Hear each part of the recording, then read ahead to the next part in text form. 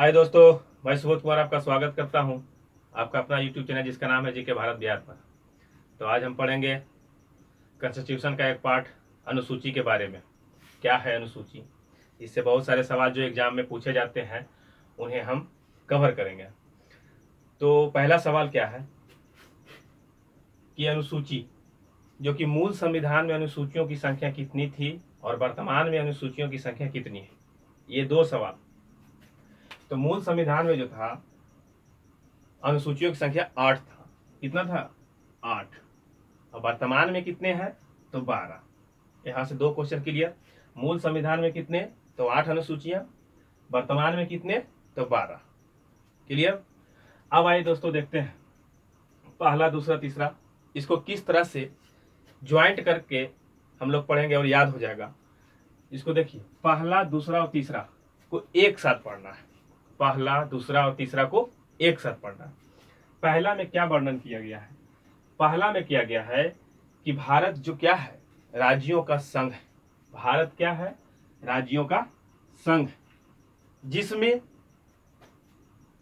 State अर्थात राज्यों की संख्या 28 है वर्तमान में, और केंद्र शासित प्रदेशों की संख्या 8 है। भारत राज्यों का संघ है जिसमें स्टेट अर्थात राज्य की संख्या कितनी है वर्तमान में? तो 8 है। और केंद्र शासित प्रदेशों की संख्या कितनी है? स्टेटों की संख्या कितनी है? तो 28 है। और केंद्र शासित प्रदेशों की संख्या कितनी है? तो 8। यहां से क्लियर। अब ये दूसरा में क्या है और तीसरा में देख लेते हैं। तो दूसरा में कहा गया है वेतन के बारे में और तीसरा में कहा गया है शपथ के बारे में। दूसरा में वेतन और तीसरा में शपथ। ये किन के लिए है?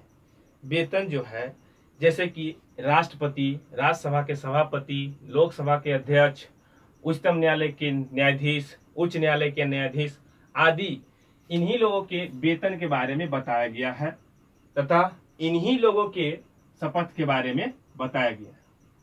क्लियर। पहला में राज्यों का संघ, भारत एक राज्यों का संघ होगा जिसमें वर्तमान में 28 राज्य हैं और 8 केंद्र शासित प्रदेश हैं। दूसरा में हो गया वेतन और तीसरा में हो गया शपथ। क्लियर। ये तीन एक साथ। अब आए चौथे में क्या है। चौथा में कहा गया है कि राज्यसभा में सीटों का बंटवारा। राज्यसभा के जो सदस्य होते हैं दोस्तों, केंद्र शासित तथा राज्यों के विधानसभा के सदस्य होते हैं। राज्यसभा का जो सदस्य बनते हैं वो विधानसभा के सदस्य ही जाते हैं, जो कि राज्यों से तथा केंद्र शासित प्रदेशों से चुने जाते हैं। तो किस राज्य से कितना आएगा और किस केंद्र शासित प्रदेश से कितना आएगा, इसी के बारे में बंटवारा, इसे बांटा गया है। तो चौथा याद हो जाएगा दोस्तों कि राज्यसभा में सीटों का बंटवारा जो कि स्टेट और केंद्र के विधानसभा से हो। जैसे केंद्र में पुदुचेरी, दिल्ली, अब एक नया बना है जम्मू कश्मीर। तो ये तीन से याद रखना है दोस्तों। अब आए पांचवी अनुसूची में क्या है। पांचवी अनुसूची और छठी अनुसूची को एक साथ पढ़ना है, क्योंकि इसमें जनजातियों के, अनुसूचित जाति एवं जनजातियों के बारे में बताया गया है।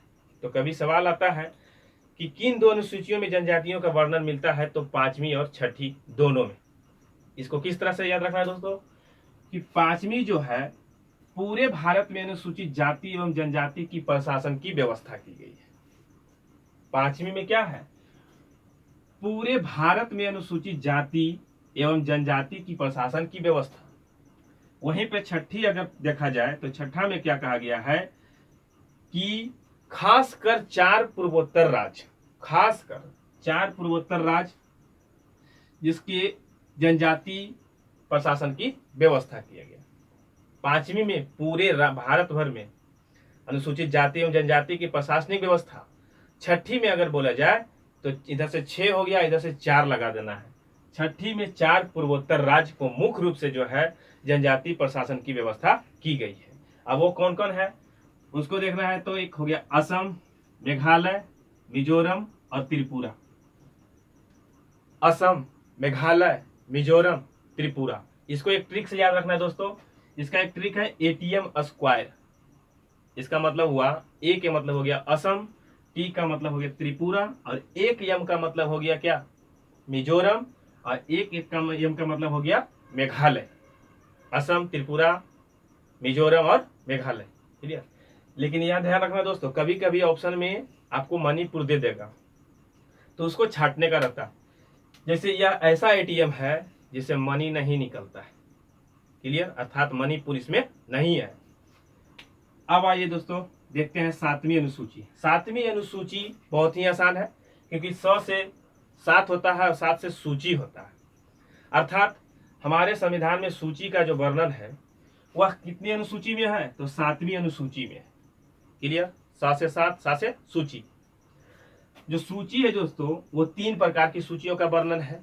एक तो संघ सूची, दूसरा राज्य सूची और तीसरा समवर्ती सूची।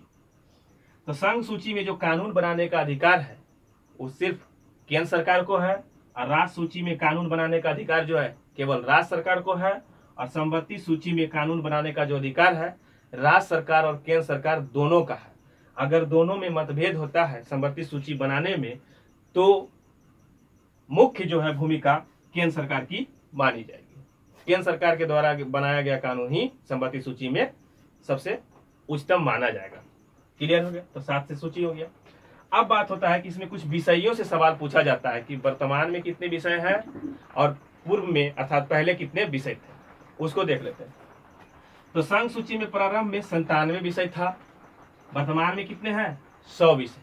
क्लियर।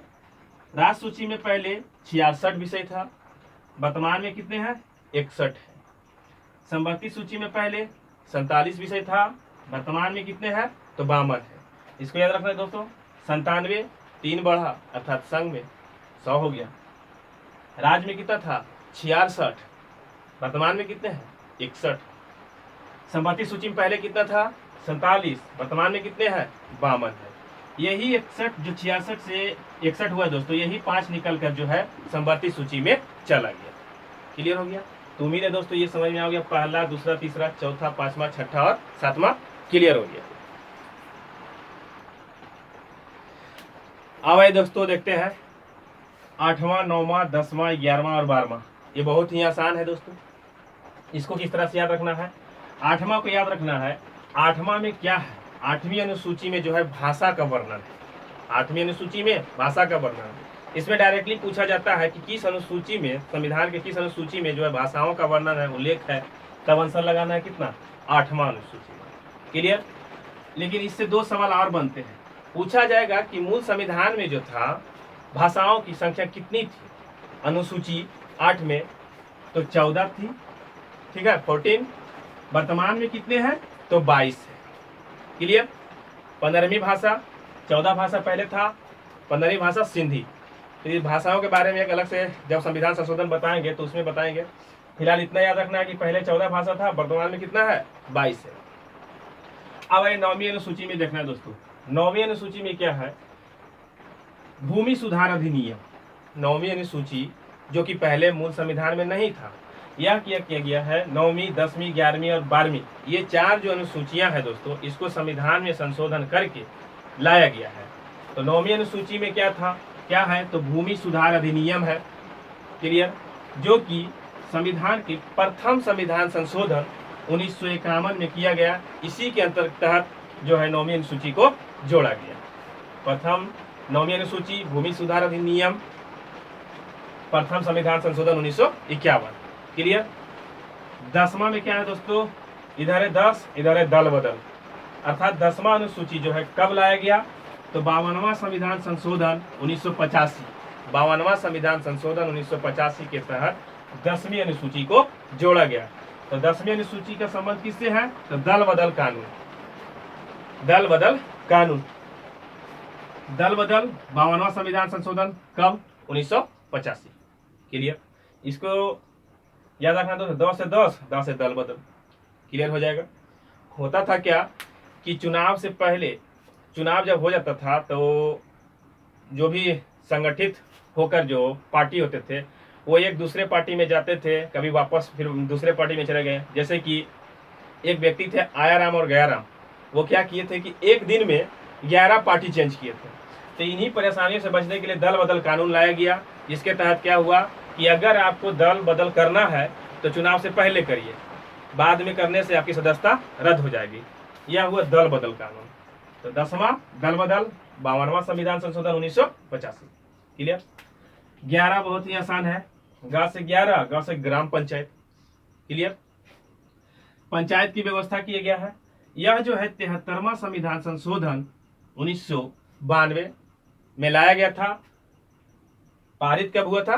93 में।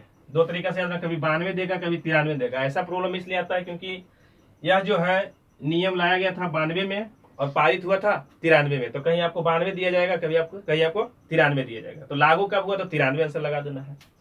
73वां संविधान संशोधन 1993 किससे संबंधित है? अर्थात 11वां अनुसूची, तो पंचायती राज से। ग से 11, ग से ग्राम पंचायत। क्लियर। यहाँ देखिए 73वां हो गया, यहाँ देखिए 74वां हो गया। इन दोनों को एक साथ याद रख लेना है दोस्तों, 73वां 74वां, और दोनों है सेम डेट। वो भी है 92 में लाया गया, 73वां 93 में जो हुआ पास हो गया, 92 में ये भी लाया गया और 93 में पास हो गया। तो 73वां 74वां दोनों का आंसर क्या? 1993। 74वां संविधान संशोधन के तहत क्या हुआ कि 12वीं अनुसूची को जोड़ा गया, जिसमें व्यवस्था किया गया किसका? नगर पालिका का। ठीक है। बड़ा नगर होता है, नगर क्या होता है? छोटा थोड़ी होता है, नगर बड़ा होता है, अर्थात 12वीं अनुसूची। क्लियर। तो 11 से 11 ग्राम पंचायत, इधर हो गया 12 अर्थात बड़ा नगर पालिका। ठीक है। क्लियर है दोस्तों। अब देखना है कि 11वीं अनुसूची में जो पंचायत है उसमें कितने विषय है? तो 29 है। पंचायतों में कितने विषय? 29। और नगर पालिका में कितने विषय? तो 18। 9 दूनी कितना होता है? 18। इसको याद रख लेना, क्लियर हो जाएगा। आइए दोस्तों इसको फिर से एक बार देख लेते हैं। पहला में राज्यों का संघ, 28 राज्य, 8 केंद्र शासित प्रदेश वर्तमान में। दूसरा में क्या है? वेतन है। तीसरा में क्या है? शपथ। क्लियर। चौथा में क्या है? राज्यसभा में सीटों का बंटवारा। क्लियर। 5वां में क्या है? पूरे भारत में अनुसूचित जाति एवं जनजाति की प्रशासन की व्यवस्था किया गया है, 5वें। क्लियर। 6ठा में क्या है? इधर 6 है, उधर 4 है, अर्थात 4 पूर्वोत्तर राज्य वैसे, जिसको खास करके जो है जनजाति क्षेत्र में जनजातियों को क्या किया गया? प्रशासन की व्यवस्था की गई, जिसका ट्रिक था ATM स्क्वायर। असम, त्रिपुरा, मेघालय, मिजोरम, यह ऐसा ATM है जिससे मनी नहीं निकलता, अर्थात मणिपुर नहीं है। 7वीं सूची में 7 से 7 से सूची, संघ सूची, राज्य सूची, संबंधी सूची, संघ सूची केंद्र सरकार, राज्य सूची राज्य सरकार, संबंधी सूची दोनों मिलकर। संघ सूची में 97 विषय था, 100 विषय है। राज्य सूची में 66 विषय था, 61 विषय है। संबंधी सूची में 47 विषय था, 52 विषय। क्लियर। 8वें में क्या था? भाषा। क्या भाषा? 8वीं अनुसूची में भाषा। पहले कितने भाषा थे मूल संविधान में? 14। वर्तमान में कितने हैं? 22। क्लियर। 9वीं अनुसूची भूमि सुधार अधिनियम, प्रथम संविधान संशोधन 1951। क्लियर। 10वीं अनुसूची दल बदल कानून, 52वां संविधान संशोधन 1985। ग से 11, ग से ग्राम पंचायत, तथा 11 में ग्राम पंचायत की व्यवस्था, 73वां संविधान संशोधन 1993, जिसमें विषयों की संख्या कितना? 29। 74वां संविधान संशोधन के तहत 12वां अनुसूची लाया गया, जिसमें नगर पालिका की व्यवस्था किया गया, नगर पालिका की व्यवस्था किया गया। ये भी 93। इसमें कितना विषय? तो पंचायत में 29, उसको 2 गुने से गुना कर दिए, 9 दूनी 18 हो गया, तो नगर पालिका में जो हो जाएगा 18 विषय। ठीक है दोस्तों। तो उम्मीद है दोस्तों ये आपको समझ में आया होगा और याद भी हो चुका होगा। तो चैनल पर अगर नए थे तो वीडियो पसंद आया तो चैनल को सब्सक्राइब कर लीजिएगा, वीडियो को शेयर जरूर करिएगा और लाइक जरूर करिए। तो मिलते हैं नेक्स्ट वीडियो में, तब तक के लिए धन्यवाद।